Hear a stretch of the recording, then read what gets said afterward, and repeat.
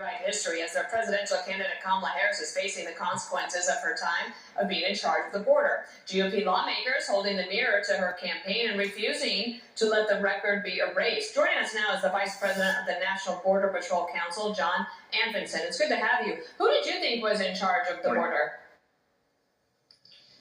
Well, the administration told us it was Vice President Kamala Harris. I mean, even if their original intent was just to send her to Central America to deal with the root causes, I would say, where did that get us? I mean, she was originally told she was tasked with slowing down the flow toward the border. She's not tasked with fixing border security at that point. Then I don't know what her goal was even supposed to be. So that was in March of 2021 when Biden had that event. This is after he signed a bunch of executive orders to undo what President Trump had done. Have you ever met Kamala Harris? No, we've never had any contact with her. Has anybody that you work with ever had meetings with her? None of us. She made her one trip to the border in El Paso a few years ago. I'm sure she met with some agents there, but none of us in our organization, never. What do you think about the administration saying, well, now the Harris campaign, now saying that it's the Republicans' fault that you had so many illegal aliens come into this country over the last 3.5 years? It doesn't make any sense. If the White House had literally just done nothing when Joe Biden's administration began, left in place the Trump policies, we wouldn't be sitting here. But instead, like you said, they ended a bunch of policies, some executive orders, and then they basically opened the door for the world to show up at the southwest border to enter illegally and to abuse the asylum system.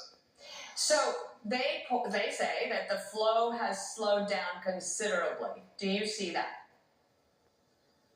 Well, between the ports of entry where Border Patrol works, sure, we're seeing fewer people cross. But that doesn't really tell the whole story, because a lot of them, or most of them, are now showing up at ports of entry along the border, or they're being flown to airports in the interior of the country where now customs officers are processing them. So the overall number isn't really changing. It's just a matter of who's doing the processing and where. One of the things that's important from an administration is to be the manager, like the management. So you have the president, the vice president, and the cabinet secretary. They're in charge of the personnel. What is morale like for the people you work with? It's terrible. I mean, even though some agents are allowed to get back into the field now just because we're dealing with fewer asylum seekers, it doesn't change the fact of what it's been the past few years. Basically, the entire agency's been demoralized because the administration has shown that they just don't care about the Border Patrol or its mission.